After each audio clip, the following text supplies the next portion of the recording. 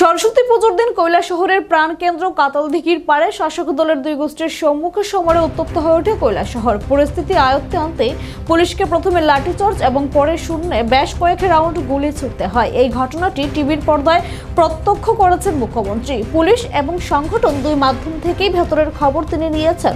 শনিবার রাজধানীর modern club এলাকার একটি অনুষ্ঠানে গিয়েও এর প্রতিক্রিয়ায় মুখ্যমন্ত্রী জানান, ঘটনার সব খবর নেওয়া হয়েছে, ভেতরের খবরও নেওয়া হয়েছে। এই ঘটনায় যারাই লিপ্ত তাদের কাউকে ছাড়া হবে না।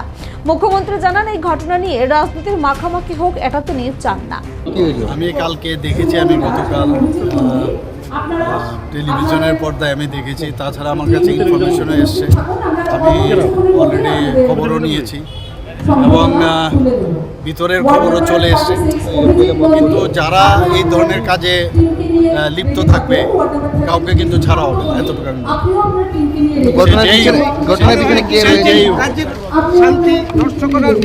করে। এগুলো তো আমি একটু আগে বললাম যে ওদের ব্রেনেরও এখন যে ওদের যেভাবে এতদিনের কালচার চলে এসছে, এখনো এর থেকে মুক্ত হতে পারে করতে হবে। কিন্তু এলাকার কংগ্রেস বিধায়ক তো বলছে এটা মানে দুই বিজেপির এই।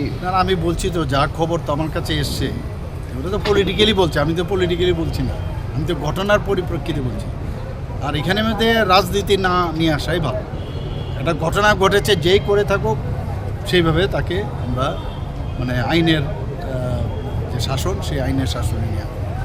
প্রসঙ্গত উল্লেখ্য যে কৈলাসহরের এই ঘটনাকে কেন্দ্র করে গোটা ঊনকোটি জেলায় তীব্র উত্তেজনা ছড়িয়ে পড়ে। ঘটনায় একই গোষ্ঠীর হাতে আক্রান্ত হন কৈলাসহর মণ্ডল সভাপতি প্রীতম ঘোষ। একই ঘটনায় ভাঙচুর করা হয় যুব মোর্চার ঊনকোটি জেলা সভাপতি অরূপ ধরের বাড়িঘর। বিজেপির একটি অঘোষিত কার্যালয়ও ঘুরিয়ে দেওয়া হয়। জানা গেছে, পরিস্থিতি নিয়ন্ত্রণে থাকলেও বিষয়টি নিয়ে জনমনে উত্তেজনা রয়েছে।